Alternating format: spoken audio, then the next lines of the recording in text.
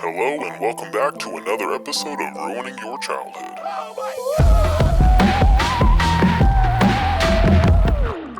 Welcome back to another episode of Ruining Your Childhood, one sculpt at a time. Today's victim on our list of defilement is one that you guys have been asking for a very long time. I'm talking the beginning of this channel long. So I just want to say a huge thank you to all of those people that have been leaving those comments and let me know who you wanted to see. And also a big thank you for being patient with me. So without further ado, let's begin sculpting that lovable butter-toasted brain monster movie loving human wrecking ball himself, Ed from Ed, and Eddy. Sorry about that terrible Ed impersonation. That was something else. Anyway, starting things off real simple here. We're going to be starting off with a chunky ball of clay that I slowly taper down into a weird triangle shape for his head. Once I was happy with the shape, we could go ahead and take my small ball stylus, pressing in some eye sockets. Following that up with some pre-baked eyeballs that I made off camera by taking a ball of clay, baking it, and slicing it in half. Once I got those balls into their proper position, we could go ahead and start bulking up his lower and upper eyelids. I'd roll out a couple little clay worms, laying them above and below the eyes. I then go in with a small ball stylus and a silicone sculpting tool just to blend that all in. Now Ed's got one of those classic caveman brows, so we're going to be bulking that up using a thicker worm of clay, applying that to the forehead, and then using my fingers and a silicone sculpting tool to blend that in. Up next, we got Ed's tiny little nose, and we are going to be keeping it pretty reminiscent to the show, so it's going to be barely there. Using a small ball of clay, I mash that into the center of the face, and then using a small ball stylus, I poke in his nostrils and call it good. We then slide down the face a little bit to start on his mouth. Starting off with his cheekbones, I go ahead and use a silicone sculpting tool to carve those in before starting on his crooked smile. This is the part of the build where I almost called it quits. It took a lot of just trust the process with this one, let me tell you, but oh god, look at this thing. Good night. Oh man, it gets better, I swear guys, trust me. Trust the process. Now that we got his mouth hole in place, we could go ahead and bulk out his chin using a small nug of clay, placing that below the mouth and using a silicone sculpting tool to blend it in. And with his chin done, we can now start on his teeth. Using some translucent clay, I went ahead and pre-baked these little rock chompers off camera. Then using these small tweezers, I went ahead and inserted them into the mouth. Then after a little bit of shaping and refining around the face, we got a somewhat more normal looking face. Moving on to Ed's micro ears, I went ahead and took a ball of clay, mashing it flat, then slicing it in half and sticking it onto the side of the face. I then went in with a variety of different sculpting tools to blend in the ear and also add those inner ear details. To finish things off, I went ahead and dipped a silicone sculpting tool in some isopropyl alcohol just to smooth everything out. Up next, we're going to be adding Ed's eyebrow. In the end, I do end up using real hair, but sometimes I just like to do this almost as like a fail-safe. So once I got done adding that little piece of tapeworm and drawing in those little hairs, we can actually start adding the little hairs onto the top of his head.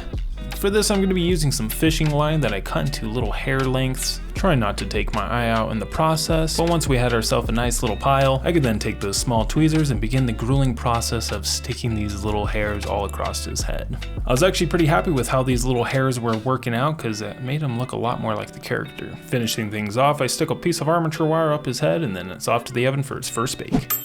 And with Ed's head back and baked from the oven, we could go ahead and start on his body. To keep this thing a little bit lighter and also save myself some money, we're going to be building up most of the bulk using aluminum foil. Then using some of the sweet nectar of the gods, I cover that up with some liquid Sculpey, followed up by a flattened out piece of clay. I then go around the top and bottom, tucking in those little extra bits of clay, then squeeze. I then take the back end of a paintbrush, rubbing out those little bumps and grooves we don't need. So once the shirt was looking decent, we could go ahead and pause there and move down to his legs. Taking a big old ball of clay, I'm going to just mash that onto the bottom and start building out those folds. Something I loved about Ed was that he used to wear these incredibly baggy pants, slamming them to the ground, making his legs look about an inch tall, and so we're going to be trying to stay true to that. Once I was finished with bulking out those folds, I went in with this prison shaker tool to kind of carve in these more refined looking folds. I also go in with that same tool to carve in his little fly cover. And to finish off the look, I went ahead and took a silicone sculpting tool, dipped in some alcohol to roll over top of those folds just to give them a little bit more of a realistic look. And with those pants looking realistic enough, we can move back up top and tackle the shirt. Start by wrapping the bottom of the torso with a flattened out piece of clay, slicing off the excess bit. I then take the back end of my paintbrush, only smoothing out the upper section of that piece of clay, leaving a nice crisp line for the bottom of the shirt. As for the collar, I took a super thin flattened out piece of clay, wrapping that around the neck. Using a sculpting tool, I add these little wrinkles to the front of the shirt. Trying to go for that, I just pulled my wadded up shirt out of the laundry pile look, and to get rid of those fingerprints, we just give it a good old rub down. And as for Ed's Russian tracksuit jacket, we're going to be building it up in sections. Starting off with a flattened out piece of clay, we're going to go ahead and wrap that around the neck, blending that in so it looks like it belongs. As for the little front flaps of the jacket where the zipper goes, we're going to be adding 2 little strips to each side of his belly. Then using my handy dandy trusty paintbrush, we're going to blend those in as well. And to finish off the jacket, we're going to be doing the exact same thing that we did for the bottom of the shirt, wrapping a flattened out piece of clay around the back, then blending in that top portion. To make sure I don't accidentally crush anything, we're going to pop it in the oven. Now that we got Ed back from the oven, we could go ahead and start working on his feet. Taking a ball of clay, I roll it out into an egg shape before slicing that in half. Also slice off the back section before taking my thumb and giving it a little bit more of a curvature on the top.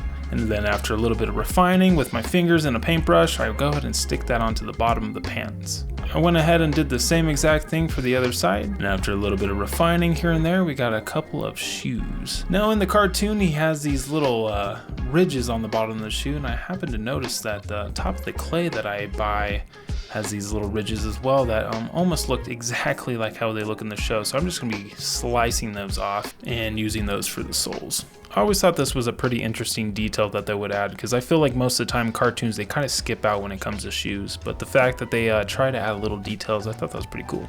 Anyway, now that we got Ed's little feet complete, we could go ahead and start working on his arms. I went ahead and drilled a couple little holes into the side of the body, that way I could stick these little pieces of armature wire into it. I was happy with the length of those, so we could go ahead and pop those out and start bulking them up. Taking a ball of clay, I went ahead and rolled that out and tapering off one end. I then take that little cone-shaped piece of clay, sliding it up that piece of armature wire. I give it a little pinch, then I take the back end of my X-Acto knife, drawing these little creases where the arm bends. Now that I was happy with the size and shape, I could go ahead and stick that back into the body, and then using my X-Acto knife, I could draw some little wrinkles coming out of the armpit. Went ahead and did the other arm off camera, and now we could start on the hands. I'm going to be trying something a little bit different for the hands. For this, I just went ahead and took a piece of clay, then sticking little pieces of wire out of it, we made these little skeleton fingers. From there, I went ahead and just bulked out the fingers by rolling out these little chunks of clay, sliding those onto those little pieces of wire. Once I got those little pieces of clay added, I went ahead off camera adding little details to the hands until we got a couple of little mitts here. And with those hands complete, we could pop it in the oven for its final bake. And with Ed back and baked from the oven, we could go ahead and start the painting process. We're going to be starting from the bottom, working our way to the top, painting in all those base coat colors first. Starting with the sole of his shoe, getting an off-white, followed by the top of his shoe, getting a thick coat of black. As for his pants, he has these light wash jeans. The way I made this color was by mixing some medium blues, some ultramarine blue, and some white. Moving up to Ed's shirt, we're going to start off by giving it a white base coat. After a couple layers and letting that fully dry, we could then start adding in the red. The reason I'm doing it this way is that way the red doesn't accidentally bleed into the white. As for the red, I'm going to be using cadmium red medium, and be blocking out the sections, then filling it in. Once I was happy with the shape, we could go in and just refine those lines a little bit more. As for his jacket, I went ahead and mixed up 2 colors, intermediate green and green deep pigment. What are these names? Now that his clothes are complete, we can go ahead and start on his skin. Now it does appear that Ed has a slight case of jaundice, so we are going to be staying true to that. For the colors I mixed up were dark flesh, unbleached titanium, and a little tiny bit of crimson. Now when I'm painting the skin, I like to water down the paint a little bit, that way it goes on a little bit thinner. This just helps me to retain a little bit more of those details. His eyes are going to be getting an off-white color called parchment. And we finished off the base coat colors by painting his eyebrow and his little hairs black. And with all the base coat colors complete, we could go ahead and start making this thing really come to life. This is my favorite part pretty much in every build, and that's just adding those details in the paint job. Starting off, we're going to be adding a red wash over his cheek, chin, ears, nose, mouth, pretty much anywhere where a lot of blood's going to be sitting. After applying that wash, I go ahead and let it sit for a few seconds, then using a cloth or my finger, I go ahead and wipe off that paint. I then repeat this process multiple times. There's really no method to the madness, it's just slapping paint on and wiping it off. Now that we got all of his fleshy bits done, we could start enhancing his clothing. Starting with the shirt, I'm going to be adding a dark red wash over top of the stripes just to give him a little bit more interest. I then go over the white parts with some off-white just to make them a little bit more grungy. And to finish off the shirt, we're going to add some black wash over top of where the wrinkles are. We're going to be pretty much doing the same thing for the jacket as we did for the shirt, adding a dark green wash to the folds and wrinkles, and after letting that fully dry, we go over top of it with a light green wash. As for the pants, we're just going to be adding a light blue version of that initial blue just to make them pop a little more. And to finish up the detailing in the face, we're going to be adding a red wash around the eyes just to make them a little bit more bloodshot. Now in the cartoon, he just has a black pupil, but we are going to give him some colored eyes, and for some reason he's giving green. It's honestly probably the jacket. I took my small ball stylus, dipping it into some green paint. I then just draw in a little green circle, and then I finish it off by adding a little black pupil. I almost completely forgot, but he also has these two little white stripes that go all the way around his jacket. So we're gonna go ahead and quickly add those. And it was at this moment that I was like, you know what, I am gonna add the eyebrow. It's gonna be real, it's gonna be real hair. Gotta keep it real, you know what I'm saying? For this, I use a glue called Fabric Tack. Then I take the hair, laying it on top, then using some scissors, I go ahead and trim that into my desired brow length. And with that and a little bit of off-camera detailing, we're onto those JCPenney glamour shots.